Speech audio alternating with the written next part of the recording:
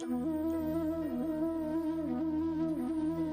Friends, आज हम class 10th क्षितिज book का काव्यखंड का अध्याय 2 राम लक्ष्मण परशुराम संवाद पढ़ेंगे, वो भी बिल्कुल डिटेल में हर एक वर्ड के मीनिंग के साथ। इससे पहले मैंने एक वीडियो बनाई थी जिसमें मैंने राम लक्ष्मण परशुराम विश्वामित्र वे कौन थे, उनके स्वभाव के बारे में बताया था तथा परशुराम और सहस्त्रबाहु की दुश्मनी के बारे में बताया था।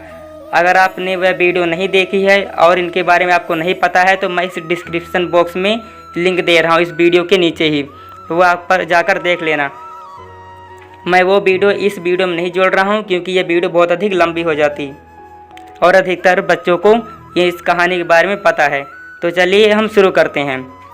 आपको पता है कि तुलसीदास जी ने रामचरितमानस की रचना की है और उसी रामचरितमानस के बालकांड के 10वें भाग से इसे लिया गया है। राजा जनक सीता स्वयंवर का आयोजन करते हैं और वह यह घोषणा करते हैं कि जो भी शिव धनुष को उठाकर उस पर प्रत्यंचा चढ़ाएगा उससे उनकी बेटी शादी करेगी।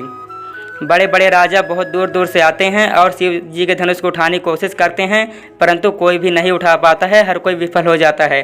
अंत में विश्वामित्र जी श्री राम से बोलते हैं कि उठो और शिव जी के धनुष पर प्रत्यंचा चढ़ा दो, परंतु श्री राम जैसे ही उसे उठाते हैं शिव जी का धनुष टूट जाता है और जिसकी ध्वनि पूरे दिशाओं में गूंजने लग जाती है और परशुराम जी को पता चल जाता है कि शिव जी के धनुष को किसी ने तोड़ दिया है। वह क्रोधित होकर राज्यसभा में आ जाते हैं और बहुत ही क्रोध करते हैं और पूछते हैं कि शिव जी के धनुष को किसने तोड़ा है और वहाँ पर अब क्या बातें होती हैं उसी के बारे में हमें पढ़ना है। तो चलिए शुरू करते हैं। परशुराम टूटा हुआ शिव धनुष देखकर बहुत अधिक क्रोधित हो जाते हैं और बोलते हैं कि इस शिव जी के धनुष को किसने तोड़ा है। तब राम जी बोलते हैं कि नाथ शंभु धनु भंज निहारा होई है क्यों एक दास तुम्हारा। नाथ यानी कि स्वामी, शंभु यानी कि शिव, धनु यानी कि धनुष, शंभु धनु यानी कि शिव जी का धनुष, भंज निहारा यानी कि भंजन करने वाला या तोड़ने वाला, होई है यानी कि होगा, क्यों यानी कि कोई, दास यानी कि सेवक। राम जी कहते हैं कि नाथ शिव जी का धनुष तोड़ने वाला आपका कोई एक दास ही होगा। आयसु काह कहिन किन मोही सुनी रिझाई बोले मुनि कोही। आयसु यानी कि आज्ञा, काह यानी कि क्या, कहिन यानी कि कहिए, किन यानी कि क्यों, मोही यानी कि मुझसे, रिझाई यानी कि रीझ कर या क्रोधित होकर, मुनि यानी कि परशुराम, कोही यानी कि क्रोधी। राम जी कहते हैं कि उस दास के लिए क्या आज्ञा है, आप मुझसे क्यों नहीं कहते। यह सुनकर क्रोधी परशुराम जी रीझ कर बोलते हैं सेवक सो जो करे सेवकाई, अरि करनी करी करई लड़ाई।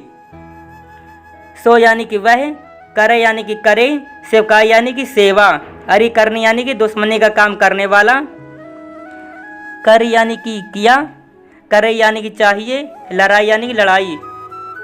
परशुराम जी कहते हैं कि सेवक वो होता है जो कि सेवकाई करे अर्थात सेवा का काम करे। दुश्मनी का काम करने वाले के साथ तो लड़ाई ही करनी चाहिए। सुनहु राम जी शिव धनु तोरा सहस बाहु समसो रिपु मोरा। सुनहु यानी सुनो, जही यानी जिसने, शिव धनु यानी शिव जी का धनुष, तोरा यानी कि तोड़ा। सहस बाहु एक राजा का नाम है, इसकी हजारों भुजाएं थी इसलिए इसका नाम सहस्त्र बाहु पड़ गया। सम यानी समान, रिपु यानी दुश्मन, मोरा यानी मेरा। परशुराम जी बोलते हैं कि सुनो राम, जिसने भी शिव जी का धनुष तोड़ा है वह सहस बाहु के समान मेरा शत्रु है। सो बिलगाऊ बिहाई समाजा, नाता मारे जय हैं सब राजा। सो यानी कि इसलिए, बिलगाऊ यानी कि अलग होना, समाजा यानी कि सभा से, जय हैं यानी जाएंगे, सब यानी सभी। परशुराम जी बोलते हैं कि इसलिए वह इस सभा से अलग होकर खड़ा हो जाए, नहीं तो यहाँ पर जितने भी राजा हैं सभी सभी मारे जाएंगे। सुनी मुनि बचन लखन मुस्काने, बोले परशु धरहि यौ माने। सुनी यानी कि सुनकर, मुनि बचन यानी कि परशुराम जी के शब्द, लखन यानी कि लक्ष्मण जी, परशु धरहि यानी कि परशु को धारण करने वाले परशुराम जी, अवमान यानी कि अपमान करते हुए। परशुराम जी के वचनों को सुनकर लक्ष्मण जी मुस्कुराए और उनका अपमान करते हुए बोले बहु धनुहि तोरी लरिकाई, कबहुन असरिस कीन गोसाई। बहु यानी बहुत, धनु यानी धनुषे, तोरी यानी तोड़ दी, लरिकाई यानी बचपन में, कबहू यानी कभी भी, अस यानी कि ऐसा, रिस यानी गुस्सा, कीन यानी किया, गोसाई यानी कि कोई महात्मा या महान व्यक्ति या गाय की सेवा करने वाले को भी बोल दिया जाता है। लक्ष्मण जी कहते हैं कि हमने तो अपने बचपन में बहुत सारे धनुषे तोड़ दी, परंतु आपने या किसी और ने कभी भी ऐसा गुस्सा नहीं किया। यही धनु पर ममता के ही हेतु सुनी रिझाई कहे भृगु कुल केतु। यही यानी कि इसी, ममता यानी कि प्यार, के ही यानी कि किस, हेतु यानी कि लिए, रिझाई यानी कि गुस्सा, कहे यानी कहना, भृगु कुल केतु यानी कि भृगु वंश के पताका स्वरूप परशुराम जी। केतु का अर्थ होता है झंडा या पताका। कुल यानी कि खानदान या वंश। लक्ष्मण जी कहते हैं कि आपकी इसी धनुष पर इतनी ममता किस लिए। यह सुनकर भृगु वंश के पताका स्वरूप परशुराम जी गुस्से में कहते हैं, रे नरप बालक काल बस बोलत तो ही न संभार। नरप यानी कि राजा, काल बस यानी कि काल के वश में या मृत्यु के वश में, बोलत यानी कि बोलना, संभार यानी कि संभाल कर।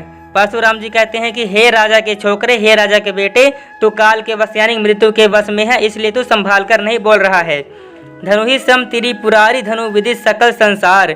सम यानी समान, त्रिपुरारी धनु यानी शिव जी का धनुष।